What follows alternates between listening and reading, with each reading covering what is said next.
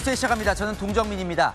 구치소에서 설을 맞는 윤석열 대통령이 변호인단을 통해 메시지를 냈습니다. 추위와 생계에 힘든 국민, 꿈을 키워야 할 청년들이 좌절할까 봐 걱정이 된다고요. 자신이 겪고 있는 고초보다 나라의 앞날이 걱정된다고도 했다는데요. 설 당일인 내일 아침은 다른 재수자처럼 떡국이 제공됩니다. 대통령을 만나고 나와 전한 대통령의 메시지, 배준석 기자가 첫 소식으로 전합니다. 구속 상태로 서울구치소에서 설을 맞게 된 윤석열 대통령. 오늘 구치소로 찾아온 변호인단과 접견했습니다. 접견 직후 윤 대통령 변호인 석동현 변호사는 대통령이 전하는 설 메시지를 공개했습니다. 윤 대통령이 내가 겪는 고초보다 나라의 앞날이 걱정이라고 말했다고 했습니다.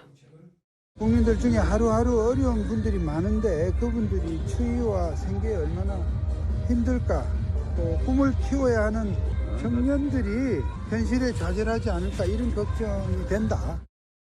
윤 대통령이 용산 대통령 관저에 홀로 지내고 있는 김건희 여사의 건강을 걱정했다고도 했습니다.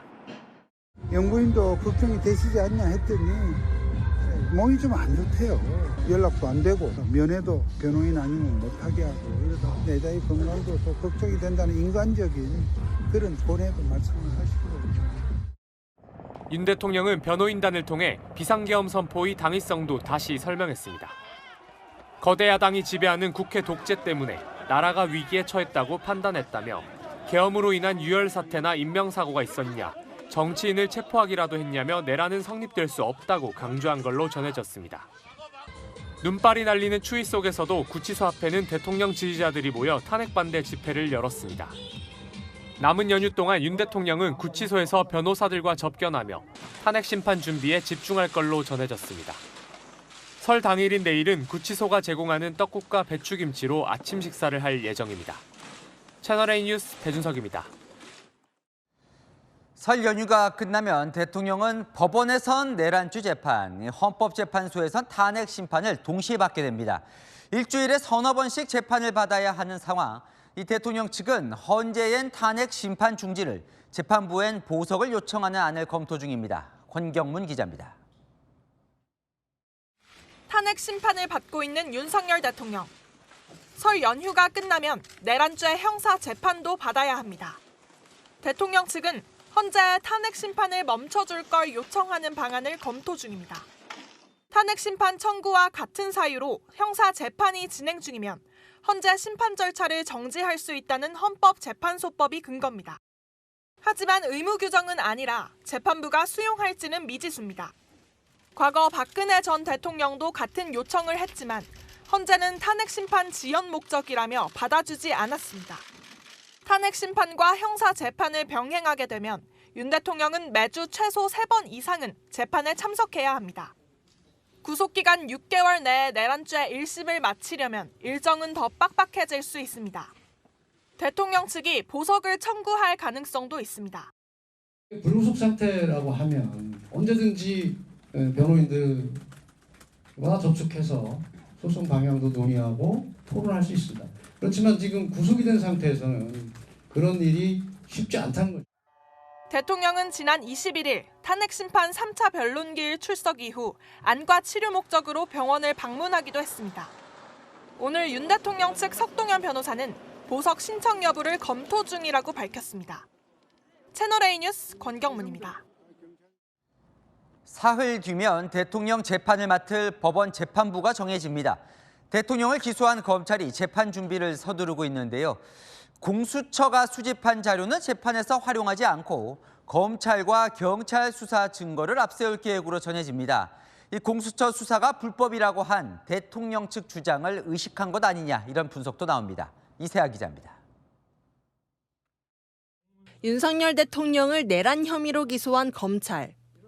서울중앙지법에서 열리게 될 내란죄 재판에서 검찰과 경찰 수사 자료 중심으로 혐의를 입증한다는 계획인 걸로 전해졌습니다. 내란죄 수사권이 없어 공수처 수사는 위법이고 증거도 효력이 없다는 대통령 측 주장을 의식했다는 분석입니다. 대통령 측은 공수처의 불법 수사를 문제 삼아 재판부에 공소기각을 요구할 가능성을 비춰왔습니다. 공수처는 기본적으로 내란죄에 대한 수사권이 없습니다. 직권남용죄를 가지고 내란죄를 끌어들이고 있습니다. 지난 26일 검찰 특별수사본부는 이런 논란을 불식시키려고 내란죄 수사권이 명시돼 있는 경찰 송치 자료에 공수처 사건을 병합해 대통령을 기소했습니다. 검찰이 수사한 김용현 전 국방장관과 계엄군 사령관 자료, 경찰이 수사한 조지호 경찰청장 자료 등을 중심으로 내란 혐의를 입증한다는 겁니다. 검찰은 공수처 수사 자료를 활용하지 않고도 충분히 혐의가 입증 가능하다고 판단하는 걸로 알려졌습니다. 공수처는 윤 대통령을 체포하고도 대통령의 조사 거부로 피의자 조서도 받지 못했습니다. 서울중앙지법은 설 연휴가 끝난 오는 31일 윤 대통령 사건을 맡을 재판부를 정할 예정입니다. 채널A 뉴스 이세아입니다. 헌법재판소는 설 연휴 직후 이것부터 결정할 것 같습니다. 마은혁 헌법재판관을 임명하지 않은 최상목 대통령 권한대행의 선택이 위헌이냐 여부인데요. 여권에서는 헌법재판관 1명 채우는 게 한덕수 전 권한대행 탄핵 심판보다 중요하냐 이런 비판이 나옵니다. 송정현 기자입니다. 다음 달 3일 헌법재판소가 최상목 대통령 권한대행 관련 권한쟁의 심판과 헌법소원에 대한 결론을 내립니다. 지난달 최 대행이 국회 추천목 헌법재판관 후보 3명 중 2명만 임명하고 야당 추천 마은혁 후보 임명을 보류한 게 헌법 위반인지 판단을 내놓는 겁니다. 최 대행 측은 임명 보류 결정은 여야 합의가 없었기 때문이라고 주장했습니다. 여야 간 합의에 접근한 것으로 확인된 정계선, 조한창 후보에 대해서는 오늘 즉시 임명하되 나머지 한 분은 여야의 합의가 확인되는 대로 임명하겠습니다. 헌재가 최 대행의 임명 보류가 위헌이라고 결론을 내리면 헌재의 구인체제 복귀 시점은 빨라질 가능성이 높습니다. 헌재는 최 권한대행 사건이 접수되자 재판 절차도 단축하고 선고 일자도 통상적 선고 요일과 별도로 정했습니다. 오는 4월 재판관 2명이 퇴임하는 헌재가 구인 체제로의 빠른 복귀를 위해 위헌 결정을 내릴 거라는 관측이 나옵니다. 여당은 한덕수 국무총리 탄핵 사건 결론이 더 시급하다며 헌재를 비판했습니다. 한덕수 권한대행에 대한 탄핵 심판 효력 정지 가처분이 먼저 진행이 돼야 되고 헌법재판관 후보 임명은 현재 할인 체제로 안정적으로 지금 헌법재판이 진행되고 있고 헌재는 지난 13일 한덕수 전 권한대행 탄핵 심판 1차 변론 준비기일을 열었는데 탄핵 소추안이 국회를 통과한 지 17일 만이었습니다. 채널A 뉴스 송정현입니다. 여권이 헌법재판관들의 편향성을 강하게 문제 삼고 나섰습니다. 마은혁 재판관이 임명되면 진보 성향 판사 모임인 우리법 인권법 연구회 출신 재판관만 4명이라면서 탄핵 재판이 무의미하다는 말까지 나왔습니다. 대통령 변호인단은 동생이 대통령 퇴진 활동을 했다는 의혹이 제기되자 이미선 헌법재판관 회피 의견서를 제출할 것으로 확인됐습니다. 최승연 기자의 단독 보도입니다. 윤석열 대통령 측은 조만간 헌법재판소에 이미선 헌법재판관에 대한 회피 의견서를 제출할 것으로 채널A 취재 결과 확인됐습니다.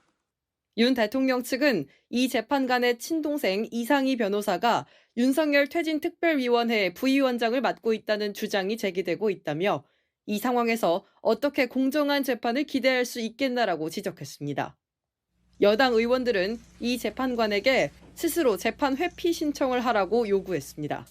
이미선 재판관의 판결에 영향을 미칠 수 있어 회피를 해야 될 사안으로 판단됩니다. 설 연휴 아닙니까? 그러면 온 가족이 만나잖아요. 그러면 예단할 수 있는 그 근거가 되지 않습니까? 재판관 스스로 기피를 해야죠. 회피를 해야 된다고 봅니다. 여권에선 마은혁 후보자의 편향성도 문제 삼았습니다. 마 후보자를 임명하면 진보 성향 판사 모임인 우리법 인권법 연구회 출신이 모두 4명이라는 겁니다. 주 의원은 헌법재판소가 특정 성향 연구회 소속이 4명이나 됐던 적이 없다며 마은혁까지 임명된다면 탄핵 재판을 더 진행하는 게 의미가 있을까 생각이 들 정도라고 지적했습니다. 채널A 뉴스 최승현입니다. 다음 주부터 대통령 탄핵 심판이 제기됐는데요. 대통령 측이 계엄 이유로 제기한 하이브리드 전을 두고 논쟁이 벌어질 전망입니다. 헌법재판소가 이와 관련해 최근 대통령 측이 요청한 신원식 국가안보실장을 증인으로 채택했습니다. 뭘 물으려는 걸까요? 김지윤 기자입니다. 윤석열 대통령 탄핵심판 증인석에 신원식 국가안보실장이 서게 됐습니다. 헌법재판소는 설 연휴 직전 재판관 8인이 모두 참석하는 평일을 열어 신원식 실장을 증인으로 채택하고 지난 24일 출석 요구서를 보냈습니다. 신 실장은 윤 대통령 측이 요청한 증인입니다. 대통령 측은 비상계엄 선포 이후로 이른바 국제 하이브리드 전쟁으로 인한 안보 위협을 들었는데 신 실장은 이 주장을 뒷받침하기 위한 차원의 증인으로 전해졌습니다. 헌재가 하이브리드 전과 관련해 증인을 채택한 건 신 실장이 처음입니다. 신 실장은 지난달 3일 비상계엄 심의 국무회의에도 참석해 당시 국무회의 진행 경과에 대한 질문도 이루어질 걸로 보입니다. 대통령 측이 증인 신청한 사람은 30여 명에 이르는데 헌재는 수시로 재판관 평일을 열어 채택 여부를 논의해왔습니다. 신 실장 외에 김용현 전 국방장관과 이상민 전 행안부 장관, 박춘섭 대통령실 경제수석, 김현태 707 특수임무단장 등이 증언하기로 확정된 대통령 측 증인입니다. 헌재가 신원식 실장을 언제 증인석에 세울지는 다음 달 4일 탄핵심판 5차 변론기일에서 확정될 전망입니다. 채널A 뉴스 김지윤입니다. 탄핵 심판에서 다뤄질 이 하이브리드전, 다소 생소한 개념이죠. 대통령 측은 우리가 국제 하이브리드전의 한복판에 있는데 국회가 이를 막아섰다며 이 계엄 이유로 밝히고 있는데요. 그 전쟁의 중심에 중국을 지목하고 있습니다. 여인선 기자입니다. 취임 초기부터 윤석열 대통령은 하이브리드 전쟁을 언급했습니다. 하이브리드전으로 변모해가는 전쟁 양상에 대응하기 위해 사이버 전력과 기술을 고도화하고 하이브리드 전쟁은 군사적, 비군사적 수단을 동시에 활용하는 복합 전쟁을 뜻합니다. 윤 대통령이 지난 1월 체포된 뒤 올린 입장문에서도 하이브리드전이 등장합니다. 윤 대통령은 강대국들도 회색 전술을 널리 사용하고 있다며 허위 선동 심리전 선거 개입, 사이버전, 정보전 등이 하이브리드전이라고 설명했습니다. 대통령 변호인단도 최근 탄핵 심판에서 구체적인 사건을 지목하며 국내에서 하이브리드 전쟁이 진행 중이라고 주장했습니다. 정보사 블랙이온 명단이 중국에 유출되었으나 유출 상대방이 중국인에서 처벌하지 못하는 사건 등은 그 좋은 예입니다. 중국으로의 사드 기밀 유출과 중국인의 국가정보원 드론 촬영 사건 등도 하이브리드전의 예시로 들었는데 야당의 비협조로 제대로 대처하지 못하고 있다는 게 대통령 측 주장입니다. 향후 탄핵 심판에서도 비상계엄의 불가피성을 설명하기 위해 이미 우리나라가 비군사적인 전쟁 상태였다는 점을 강조할 걸로 예상됩니다. 채널A 뉴스 여인선입니다. 여야가 설 민심을 잡기 위해 지지층 총결집에 나섰습니다. 이재명 민주당 대표, 민주주의의 구부능선을 지나고 있다면서 독재, 반민주, 극단 세력의 반동을 마지막 고비로 지칭했습니다. 여권의 공세를 넘기면 정권 교체를 할 수 있으니 뭉치자는 의미로 해석됩니다. 이서영 기자입니다. 이재명 대표가 설을 하루 앞두고 위대한 국민이 있기에라는 제목의 글을 SNS에 올렸습니다. 이 대표는 우리는 유례 없는 역사적 기로의 한복판에 서 있다면서 대한민국 민주주의는 새로운 세상을 목도할 구부능선을 지나고 있다고 적었습니다. 이 대표는 구부능선을 넘을 마지막 고비로 반동 세력의 준동을 언급했습니다. 독재, 반민주, 극단주의 세력의 반동은 마지막 순간까지 계속될 것이라며 긴장해야 한다고 했습니다. 그러면서 어둠이 깊을수록 새벽은 가까워지고 산을 높이 오를수록 바람이 더 거친 법이라며 함께 힘을 모아 마지막 고비를 넘어가자고 했습니다. 윤석열 대통령과 여당을 반동 세력으로 몰면서 이들의 공세만 넘기면 조기 대선 국면에서 정권 교체를 이뤄낼 수 있다는 지지층 결집 메시지로 해석됩니다. 이 대표는 최근 마지막 고비를 자주 언급하고 있습니다. 지금의 이 혼란은 더 밝은 세상으로 향하는 터돌 속 어둠 같은 것입니다. 희망을 가지고 힘을 모아 마지막 고비를 함께 넘읍시다. 조기 대선 때까지 대여 공세의 고삐를 놓아선 안 된다는 지지층을 향한 메시지라는 해석이 나옵니다. 민주당 관계자는 시민들이 함께 계엄 위기를 막아냈으니 자긍심을 갖자는 의미라며 확대 해석을 경계했습니다. 채널A 뉴스 이서영입니다. 여당은 이재명 민주당 대표가 언급한 구분응선을 이렇게 받아쳤습니다. 지금 넘고 있는 건 민주주의 구분응선이 아니라 법의 심판 구분응선이라고요. 이재명 대표의 사법 리스크를 부각하며 역시 지지층 총결집에 나선 겁니다. 장하얀 기자입니다. 국민의힘은 이재명 민주당 대표가 민주주의의 구분응선을 언급하며 여권을 독재, 반민주 세력이라고 비판하자 역공에 나섰습니다. 권영세 국민의힘 비대위원장은 국민들의 카톡을 검열하고 여론조사 업체를 조사하는 세상이 민주당이 꿈꾸는 새로운 세상이냐며 자신을 민주주의 수호자로 포장해도 우리 국민들은 사탕 발림에 속지 않을 것이라고 직격했습니다. 국민의힘 대변인은 또 현재 시점은 민주주의 구분응선이 아니라 강력한 법의 심판 구분응선을 지나고 있다고 맞받아쳤습니다. 다음 달 26일 결심 공판이 예정된 이 대표의 공직선거법 2심 재판을 언급하며 사법 리스크를 부각시켰습니다. 더 이상 현란한 말장난으로 국민을 속이지 말고 법의 심판을 받아들일 준비부터 하시기 바랍니다. 여당 핵심 관계자는 이재명 대표가 지지층을 결집시킬수록 반작용으로 보수층은 더 결집하는 상황이라며 설 민심은 이 대표에 대한 불신과 공포로 흐를 것이라고 말했습니다. 여권 지도부는 지지층 결집 행보로 전직 대통령 예방에 나섭니다. 이명박 전 대통령은 설 인사차 찾아온 강명구 비대위원장 비서실장에게 대한민국이 위기라며 당이 중심을 잘 잡고 합심해달라고 당부한 것으로 전해집니다. 조만간 박근혜 전 대통령도 찾을 계획입니다. 채널A 뉴스 장하연입니다. 자, 설 민심은 어떻게 흐르고 있을까요? 여야 지지율은 초박빙입니다. 이준성 기자입니다. 설 연휴를 맞아 실시한 여론조사에서 여야 지지율은 박빙 상태였습니다. 한국 리서치 조사에서 더불어민주당이 37%, 국민의힘이 35%로 접전 양상을 보였습니다. 지난 연말 비상계엄 선포 이후 크게 벌어졌던 양당의 격차가 좁혀졌습니다. 약 한 달 사이 민주당은 5%포인트 떨어진 반면 국민의힘은 11%포인트 상승했습니다.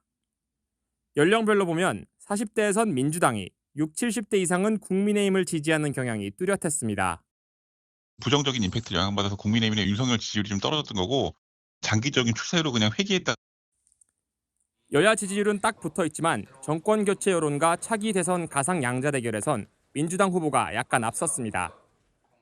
정권 교체를 원하는 지지율은 50%로 정권 재창출 지지율보다 11%포인트 앞섰습니다. 가상 양자 대결에선 이재명 대표와 오세훈 서울시장의 경우 45대 36, 홍준표 대구시장과는 46대 36, 김문수 장관과는 47대 35를 기록했습니다. 이 대표는 여권 잠룡 누구와 붙어도 40%대 중반을 기록하며 10%포인트 안팎으로 앞선 결과가 나왔습니다. 또 다른 여론조사에선 윤석열 대통령 탄핵 찬성의 경우 59%로 반대 37%를 앞섰습니다. 전문가들은 긴 명절 기간이 지난 뒤 판세가 요동치는 사례가 적지 않은 만큼 설 연휴 이후 민심 변화에 주목해야 한다고 말합니다. 채널A 뉴스 이준성입니다. 네, 한 기자, 정치부 이세진 기자 나와 있습니다. 설 민심이 중요하죠. 여론조사들이 쏟아졌는데 정확한 민심이 어떤 거예요? 네, 최근 나온 여론조사는 ARS 조사가 아니라요. 전화면접 조사라 응답률이 20% 안팎까지 올라갑니다. 정확도가 꽤 올라간 조사인데 뚜렷한 경향이 보입니다. 선거 때를 방불케 하는 지지층 결집인데요. 최근 조사를 종합해보면 공통적으로 국민의힘과 민주당은 정당 지지율이 그야말로 박빙입니다. 계엄, 탄핵, 그리고 대통령 구속을 거치면서 양측 지지층이 선거 때처럼 결집하고 있습니다. 자, 이 정도면 여당은 일단 성공입니까? 네, 그래도 조기 대선 때 한번 승부를 걸어볼 만한 체력을 갖췄다라는 안도감은 보이고 있습니다. 무기력했던 박근혜 전 대통령 탄핵 때 여론 지형과는 완전히 다르다고요. 그 비결로는 이유로는 무너지지 않고 버틴 대통령의 개인기와 이재명 민주당 대표에 대한 비호감 여론의 결합을 꼽더라고요. 하지만 한계도 분명합니다. 당 지지율을 비롯해서 대통령 탄핵 찬반, 내란죄 해당 여부 등을 물으면 여론조사에서 대체로 4대6 구도가 뚜렷합니다. 대통령과 국민의힘이 40%까지는 여론을 끌어올렸지만 그 이상 다수 여론을 형성하진 못하고 있고 그게 정체 국면입니다. 자, 조기 대선을 염두에 둔 이 대선 주자들의 여론 지금 흐름은 어떤 거예요? 네, 그 부분은 여야 모두가 고민 지점인데요. 다자대결 조사 흐름은 여론조사 모두 비슷합니다. 이재명 대표가 35% 정도로 1등, 여권에서는 김문수 장관이 15% 안팎, 오세훈, 홍준표 시장, 한동훈 전 대표가 5에서 10% 사이를 왔다 갔다 합니다. 여권으로서는 누구도 치고 올라가질 못하고 있는 건데요. 양자 대결 보면 고민이 더 깊어집니다. 오세훈, 홍준표, 김문수 누굴 넣어도 이 대표를 앞서지 못하죠. 다른 조사를 보면 이 대표도 떨어지지만 여권 장명 모두 20% 후반까지 추세가 비슷합니다. 대통령이 끌어올려 놓은 40% 안팎 당 지지율에서 플러스 알파를 더해서 이재명 대표를 넘어설 경쟁력을 갖춘 후보가 안 보이는 거죠. 자, 야당은 저 조사를 보면 일단 이재명 대표 5위는 확인이 됐는데도 당 분위기가 썩 좋아 보이진 않아요. 네, 맞습니다. 설 민심이 예상만큼 올라오지 못하고 있습니다. 먼저 정권 교체 여론이 기대만큼 불붙지 않고 있습니다. 정권 재창출과 정권 교체 여론이 대체로 4대5 구도인데요. 교체가 약간 앞서는 정도인데 심지어는 45% 대 44%로 박빙인 조사도 나옵니다. 계엄 이후 대통령이 구속까지 됐는데 정권 교체를 압도하지 못하고 있죠. 이재명 대표의 박스권 지지율도 여전합니다. 다자구도에서 이 대표는 30%대 박스권에 갇혀 있고요. 보시면 35%에서 36%로 거의 똑같죠. 양자 대결이 붙어도 40% 박스권, 50%를 넘어가질 않습니다.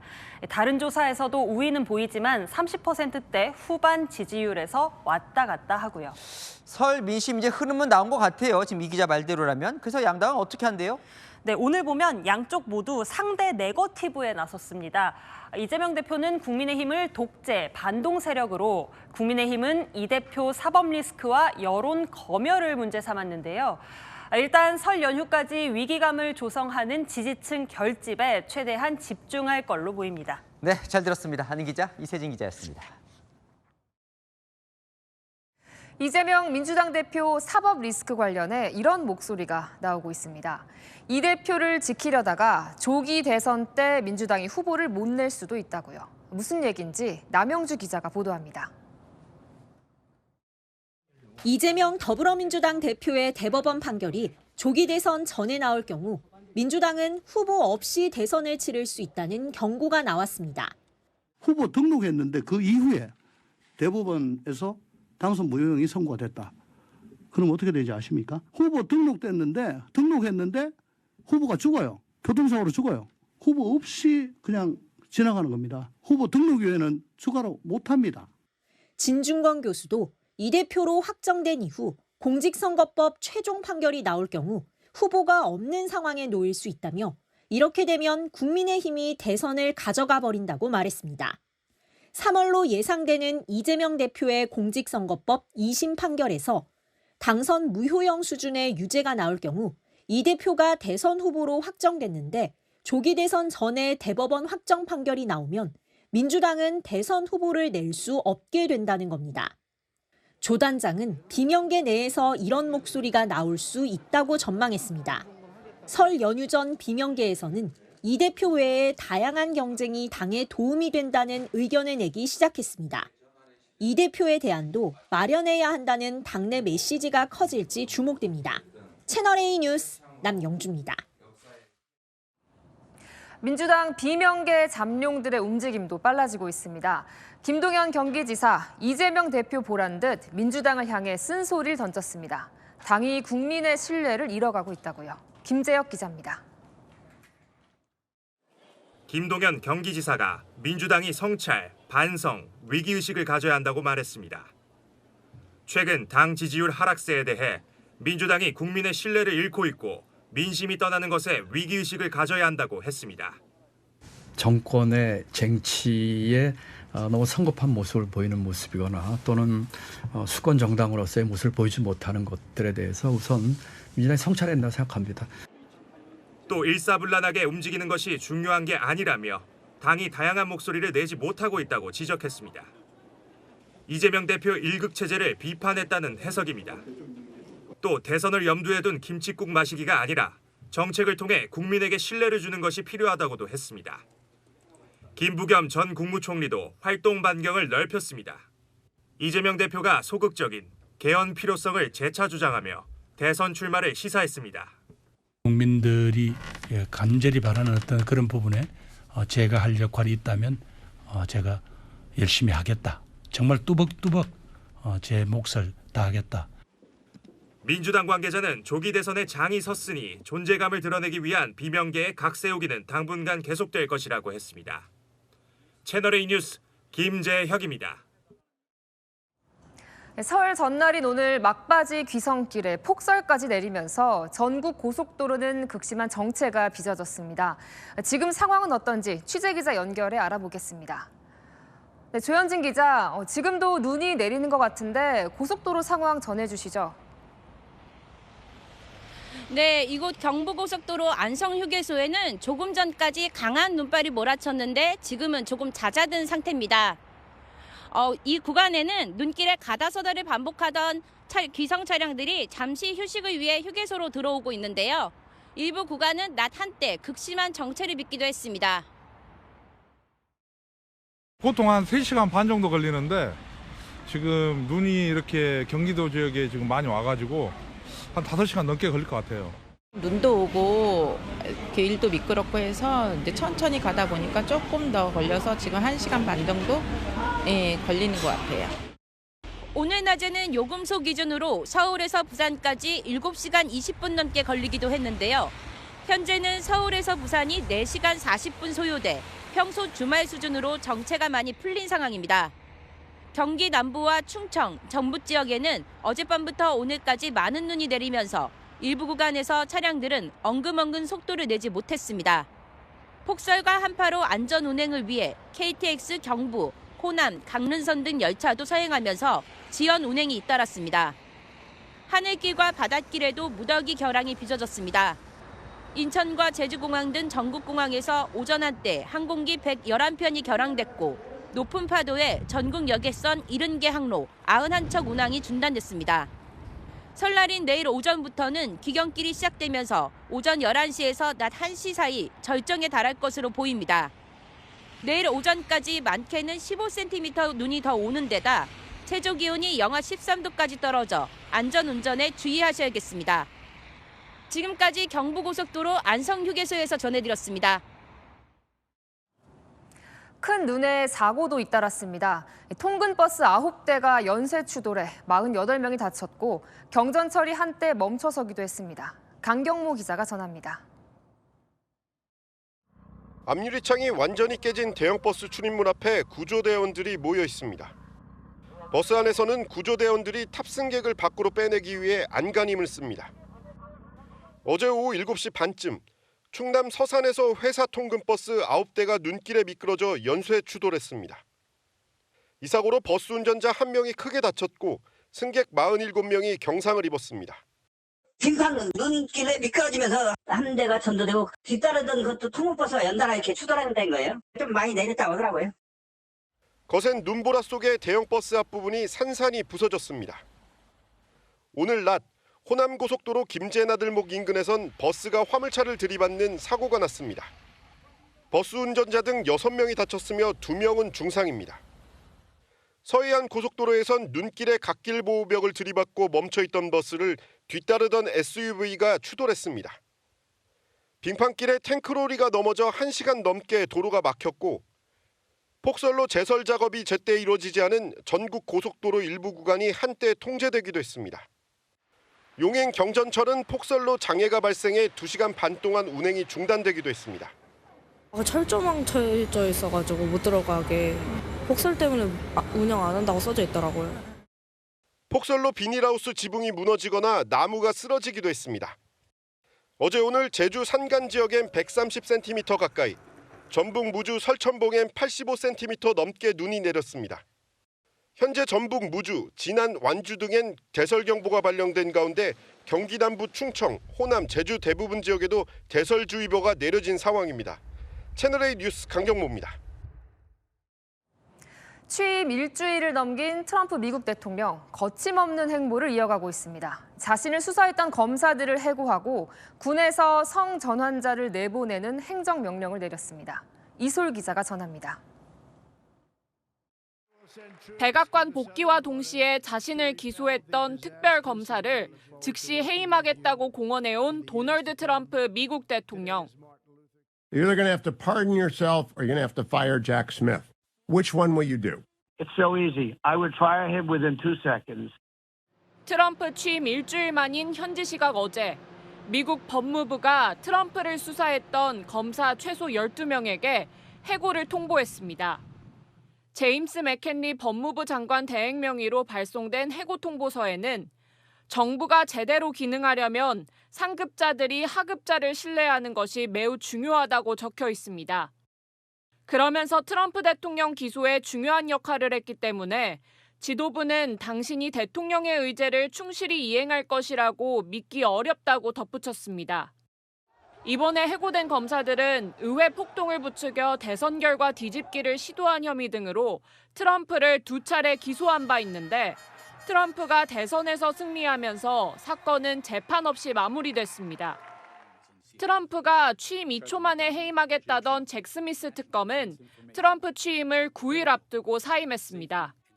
이번 해임 대상 중 직업 공무원으로 일해온 검사들도 다수 포함된 것으로 알려지면서 일각에서는 비정무직 공무원 보호규정 위반일 가능성을 제기하고 있습니다. 트럼프 대통령은 성전환자의 미군 복무를 막는 행정명령에도 서명했습니다. And next, to ensure that we have the most lethal fighting force in the world, we will get transgender ideology the hell out of our military. It's going to be gone. 행정명령이 시행되면 성전환자의 미군 입대가 금지되고 현재 복무 중인 14,000여 명의 성전환자가 퇴출될 것으로 보입니다. 채널A 뉴스 이솔입니다. 중국 스타트업의 등장으로 AI 업계가 술렁이고 있습니다. 미국 빅테크 기업의 10분의 1도 안 되는 투자 비용으로 뒤지지 않는 성능의 AI를 개발했던 건데 이런 소식에 AI 대장주 엔비디아의 시가총액이 하루 만에 800조 원 증발했습니다. 임종민 기자입니다. 중국 기업이 지난주에 출시한 AI 앱 딥시크입니다. 실제로 사용해보니 수학 문제 답변이나 속도가 오픈 AI의 챗 GPT와 비교해도 뒤처지지 않습니다. 빅테크들과 견줘도 손색이 없다는 평가에 주요 앱 장터에서 다운로드 순위 1, 2위를 차지하며 돌풍을 일으키고 있습니다. 전 세계 AI 업계에 충격을 준 건 뛰어난 성능 대비 저렴한 개발 비용입니다. 중국 기업이 공개한 개발비는 약 550만 달러, 오픈 AI나 구글이 투자한 비용의 10분의 1도 되지 않습니다. Well, the amount of computation that we need, of course, is incredible. 미국 빅테크들이 AI 개발에 지출하는 천문학적인 비용에 의구심이 제기되며 관련주들은 폭락했습니다. AI 대장주 엔비디아는 약 17% 급락했고 반도체 관련주도 폭락했습니다. 현재 수준의 AI 구현은 미국 빅테크만 가능하다는 논리가 중국 AI 부상에 무너진 겁니다. 하지만 뛰어난 성능에도 중국 AI는 한계가 있다는 지적도 나옵니다. 천안문 사태에 대해 알려달라고 하자 이 질문에 어떻게 답해야 할지 모르겠다며 다른 이야기를 하자고 화제를 전환합니다. 다른 중국 AI 모델과 마찬가지로 중국의 민감한 주제는 자체 검열을 실시해 선택적 답변을 하는 겁니다.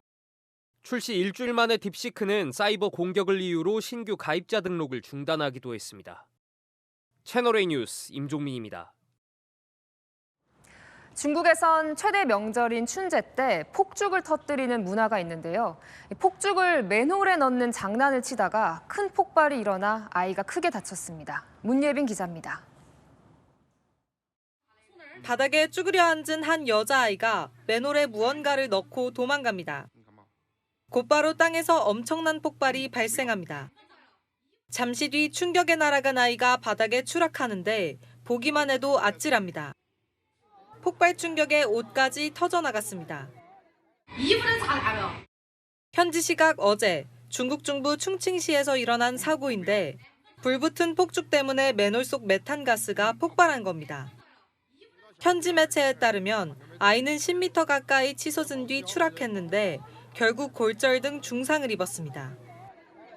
중국에선 최대 명절 춘제를 앞두고 폭죽 사고가 이어지고 있는데 지난 17일에도 중국 북부 간수성에서 7살 아이가 맨홀에 폭죽을 넣었다가 폭발 사고가 났습니다. 현지 당국은 폭죽 사용 금지 구역을 설정하는 등 규제를 하고 있지만 폭죽놀이가 전통으로 굳어져 효과가 크지 않은 상황입니다. 깜깜한 밤 후드를 뒤집어 쓴 도둑들이 무언가를 설치합니다. 순간 번쩍하고 대낮처럼 밝아지더니 잔해가 여기저기 흩어집니다. 현지 시각 25일 네덜란드 아센에 위치한 드렌츠 박물관에서 발생한 일인데 3인조 도둑들이 박물관 문을 폭파해 침입한 겁니다. 고대 유물 넉 점이 도난당했는데 약 2,500년 된 황금 헬멧과 팔찌 등이 포함됐습니다. 도난 물품의 정확한 금액은 밝혀지지 않았지만 박물관 관계자들은 헤아릴 수 없는 가치라고 평가했습니다. 현지 경찰은 인터폴과 협력해 용의자를 추적 중이라고 밝혔습니다. 채널A 뉴스 문예빈입니다. 서울 서부지방법원에 초유의 난입 사태가 발생했었죠. 지금 서부지법은 괜찮은지 또 사법부가 노심초사 경계 중이라는데 탄핵 심판 중인 헌법재판소 경계는 어떤 건지 광민경 기자가 가봤습니다. 윤석열 대통령의 구속영장 발부 이후 폭력 사태가 벌어졌던 서울 서부지법입니다. 일부 대통령 지지자들이 유리창을 깨고 벽을 부수며 법원 건물에 난입한 건데요. 지금은 어떤 모습일지 다시 가봤습니다. 건물 외벽도 담장 벽돌도 깨진 상태 그대로입니다. 지난 19일 난입 사태 여파가 고스란히 남아있는 겁니다. 산산조각 났던 창문은 급한 대로 합판을 덧댔습니다. 이미 세워져 있던 경찰버스에 기동대 60여 명까지 추가로 배치돼 24시간 경비를 섭니다. 서부지법이 맡은 윤 대통령 사건이 마무리됐는데도 혹시 모를 사태에 오히려 경계를 강화한 겁니다. 법원 습격은 처음 보는 거 아니죠? 예, 어떤 경찰들이 많이 보였죠. 지금도 있잖아요. 난입 사태 나흘 후 열린 윤 대통령 탄핵 심판 4차 변론. 윤 대통령 도착이 임박하자 통제는 한층 삼엄해집니다. 길목마다 신원을 확인합니다. 잠깐만 촬영할 수 있는지 해서요. 저쪽으로 가셔서 하세요. 지금 여기는 지금 저희가 차단하라는 지시를 받아가지고. 헌법재판소 바로 옆 골목엔 경찰버스가 빽빽하게 들어섰고 안국역까지 이어지는 4차선 도로 양쪽엔 차벽이 만들어졌습니다. 시민들은 불편을 겪습니다. 그냥 여기 다 불편해요. 그냥 너무 불편해요. 이거 왜 이러는지 모르겠어요. 차선이 하나밖에 없으니까 이 운행 시간이 한 서너 배 더 들어간다니 평상시보다. 불과 200m 거리인 안국역도 돌아가야 했습니다. 왜 못 가게 하는 거예요 지금? 지하철 돌아가세요. 지하철 돌아가세요. 어차피 못 지나가요. 어차피. 한참 돌아가게. 서부지법 난입 사태 후 헌재 앞 경비가 강화되면서 집회 참가자들이 인근 안국역으로 집결했기 때문입니다. 혹시 이들이 헌재로 몰려가 제2의 난입 사태가 발생할까 헌재로 가는 길을 전면 차단한 겁니다. 이렇게 안전 펜스가 설치돼 있고 도로는 전면 통제돼 있어 집회 참가자들은 헌법재판소로 진입하기 어렵습니다. 헌재 방향 지하철 출구도 폐쇄됐습니다. 이번 주도 막혀서 못 올라왔어요. 위협받는 법치주의에 일상도 위협받고 있습니다. 다시 간다, 광민경입니다. 성혜란 기자와 11:11 시작합니다. 첫 번째 주제 보겠습니다. 스포트라이트 요즘 받는 역사 강사 전한길 씨. 노량진에서 강의를 하고 있는데 여의도라면 정계 진출하는 거예요? 네, 대통령 탄핵 반대에 연일 목소리 내고 있는 전한길 강사. 이제는 정치 입문설까지 나오고 있습니다. 이 사람에게도 영상 편지 보내면서요. 트럼프 대통령님, 조만간 탄핵이 기각되면 대통령 직무 복귀를 하게 될 것입니다. 남북 관계의 평화와 세계의 평화를 위해서 함께 협력하는 자리를 만들어 주십시오. 노벨 평화상을 우리 윤석열 대통령과 두 분이서 함께 나란히 수상할 수 있기를. 현실 정치에도 생각이 있다네요. 네, 자신의 야망에 대해서 저희 채널A에는 이렇게 밝혔었죠. 저는 국회의원이나 대통령 같은 선출직에 나가지 않습니다. 선생으로서 역할을 할 겁니다. 제자들을 위해서 모든 것을 그냥 있는 그대로 알려주고 올바른 판단하는 데 도움을 주고 싶은 그런 야망이 있습니다. 그러다 보니까 일각에서는 혹시 돈 때문 아니냐? 최근 유튜브 구독자도 늘었다고 하니까요. 네, 오늘 그래서 제가 직접 물어봤는데요. 이 유튜브 수익은 얼마인지 알지도 못할 뿐더러 전부 편집자가 가진다고 선을 그었습니다. 그러면서 오히려 연봉 60억 원도 포기할 각오로 나섰다고 했습니다. 60억 원도 놀랍지만 연봉을 포기를 해요? 네, 이 소속 회사도 또 학생도 이 부담을 느끼고 있다면서 당분간 대형 학원 강의는 쉽지 않을 것 같다고 했는데요. 신변 보호도 요청했다고 합니다. 위험에 노출되기도 하고 그래서 이미 경찰하고 그다음 사설보 경호업체 다 써가지고 이메일도 좀 무서운 것도 오고 해가지고. 학생도 부담을 느낀다는 말도 하던데 제자들 반응은 어떻습니까? 네, 사흘 전 강의 커뮤니티에 새해 인사 남겼는데요. 여기에 수강생들끼리는 수업 중 정치 발언할 거면 피해자 모을 테니 각오해라. 하지만 여기에 듣기 싫은 사람이 떠나라며 맞불을 놓는 등 날선 공방이 펼쳐졌습니다. 네, 다음 주제 보겠습니다. 공수처는 태어나지 말았어야 한다는 겁니까? 네, 조직 생길 때부터 잡음이 많았던 이 공수처가요. 사상 처음으로 현직 대통령을 구속했지만 태어나지 말았어야 했다는 비판은 더욱 거세지고 있습니다. 애초에 태어나지 말았어야 될 저는 수사기관이라고. 태어나서는 안 되는 조직이었고요. 대한민국 사법체계의 기태가 공수처입니다. 이제 민주당이 제일 지금 크게 후회하고 있다 그래요. 제가 아는 민주당 인사도 그냥 검찰 수사하는 대로 놔뒀으면은 10여 명이나 기소를 시켰잖아요. 그러니까 실력만 보면 검찰에 맡기는 게 민주당이 보기에도 나았다 이런 걸까요? 네, 야권에서도 공수처 두고 이 법률가 집단이 맞냐는 의심까지 제기됐습니다. 공수처의 실력에 대해서 진짜 기절하겠습니다. 도대체 법률가들 모여있는 집단 맞아요? 1년에 200억 정도 예산을 쓴다는 거잖아요, 공수처가. 그 1년에 5건 처리한다는 거예요. 저 계산대로라면 한 건 처리하는데 40억 원씩 쓴다는 거예요. 그래서 제가 찾아보니까요. 실제로 공수처의 1년 예산 200억 원 안팎 맞았고요. 지난 4년 동안 직접 기소한 건수가 5건이더라고요. 유죄는 그중에 1건이었습니다. 이번 대통령 수사도 이 표지가리한 수준이라는 비판까지 나왔습니다. 경찰, 검찰이 다 달려들어가지고 경쟁적으로 해가지고 막 기록이 막 쌓이는 거죠. 그러니까 숟가락 얹었다도 너무 약하고 표지가리 한 거다. 경찰이 다시 받아가지고 불구 상태에서 기소를 하는 게 맞죠. 그러니까 아예 지금이라도 다른 기관이 다시 해야 된다는 목소리까지 나오는 거군요. 맞습니다. 인력 부족의 한계만 언급하기엔 무용론 반복된다면 공수처가 그럼 왜 존재하는지 되돌아보고 뭔가 손을 봐야 하지 않을까요? 네, 지금까지 야랑야랑이었습니다. 설 명절마다 세뱃돈은 얼마나 줘야 할지 고민이 많아지죠. 적당한 세뱃돈은 얼마인지 김태우 기자가 시민들에게 물어봤습니다. 어른들이 덕담과 함께 세뱃돈을 건네는 설 연휴.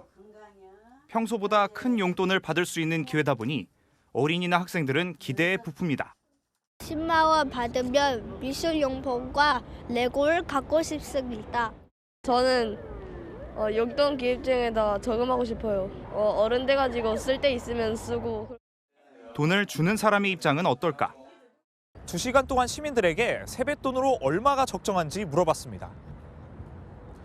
5만 원이라는 응답이 제일 많았고 10만 원과 그 이상을 줘야 한다는 응답수는 비슷했습니다.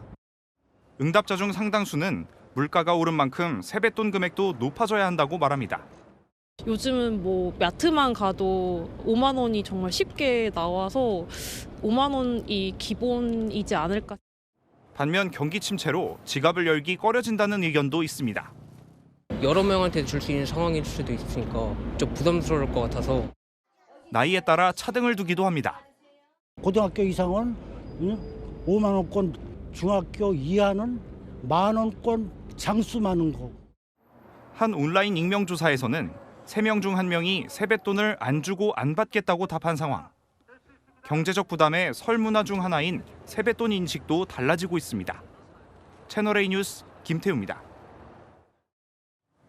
네, 전통시장 싸고 신선하지만 주차가 불편해서 장보기 망설이는 분들 계시죠?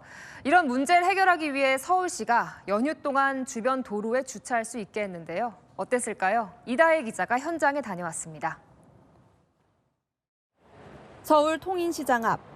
주차가 허용된 인도 옆 한 차선뿐만 아니라 그 옆 차선까지 차들이 주차돼 있습니다. 주차할 데가 없어서 잠깐 내고 있는.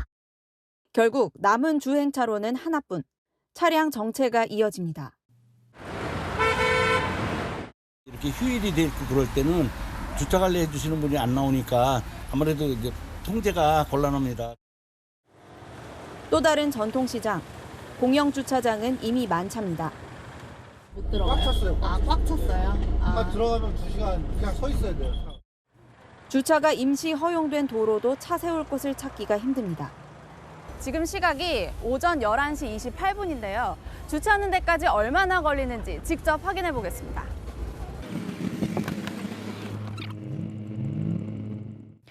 꽉 막힌 도로를 헤매다 주차에 성공한 시각이 12시 19분, 51분이 걸렸습니다. 버스 정류장 앞뒤를 막아선 차들 때문에 승객들은 버스를 타러 2차선 도로까지 나옵니다. 노인네분들이 오시는 곳이다 보니까 사고도 많이 납니다. 간혹 이제 버스 타려다가 넘어지시거나. 시장을 찾은 시민들은 대체로 환영했습니다. 주차 공간이 부족하니까 잘한 것 같아요. 주차하는데도 시간 걸리고 그다음에 이제 하고도 다시 또 걸어 들어가고 하는데 여긴 바로 연결되어 있으니까. 다만 주차 대란을 해소하기에는 역부족이어서 추가 공간을 확보하는 등 보완이 필요해 보입니다. 채널A 뉴스 이다혜입니다. 혼자 여행하기 좋은 도시에 서울이 1위로 선정됐습니다. 전 세계 유명 관광 도시를 제친 이유는 뭘까요?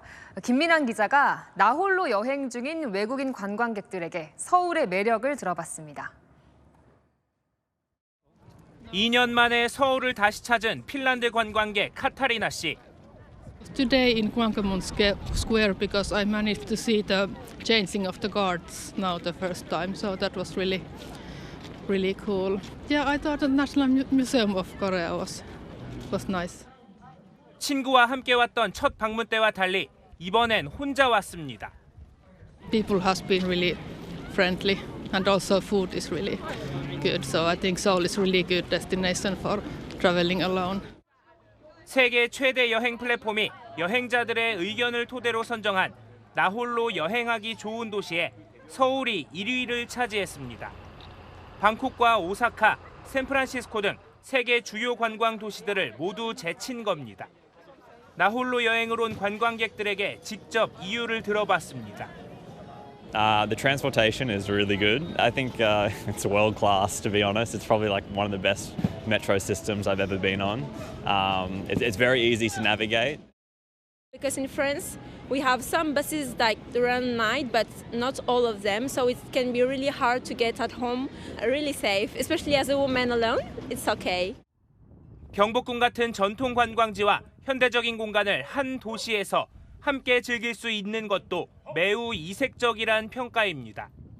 The palaces is nice. I was also going around to Gangnam.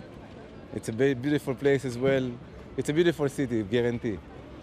I will definitely come back again. 실제 서울을 찾는 관광객들도 코로나19 이후 빠르게 늘고 있습니다. 지난해 11월까지 1,212만 명이 방문해 역대 최고였던 2019년 수준까지 회복했습니다. 채널A 뉴스 김민환입니다. 고향 오가는 길 눈 때문에 교통이 혼잡합니다. 도로 곳곳에 빙판길 예상되는 만큼 조심해서 이동하시기 바랍니다. 내일은 서해안을 중심으로 많은 눈이 내립니다. 충남과 전북에 최고 15cm 이상 예상되는데요. 습하고 무거운 눈이라서 주의가 필요합니다. 눈이 언제까지 올지도 궁금하실 텐데요. 대부분 내일 낮까지 오락가락하다가 목요일에는 전국에서 맑은 하늘 드러날 전망입니다. 추위도 문제입니다. 현재 중부 곳곳에 한파특보가 내려졌는데요. 설 당일인 내일은 영하 7도로 기온이 더 낮겠고요. 연휴 마지막 날에는 추위가 절정에 달합니다. 아침 영하 9도, 체감온도는 영하 14도까지 떨어집니다.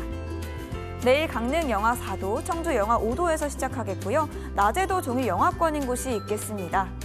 남부지방도 대구 영하 3도가 예상되고요. 찬바람이 불면서 체감온도는 더 낮겠습니다. 날씨였습니다. 여야가 모두 대한민국이 구부 능선을 넘고 있다면서 능선을 넘는 마지막 고비의 장애물로 서로를 손가락질했습니다. 전 세계가 대한민국의 기업, 문화, 이 K컬처에 주목하고 있는 지금 선진국 구부 능선의 마지막 고비는 이게 아닌가 싶습니다. 마침표 찍겠습니다. 정치가 마지막 구부 능선, 뉴스에 마칩니다. 감사합니다.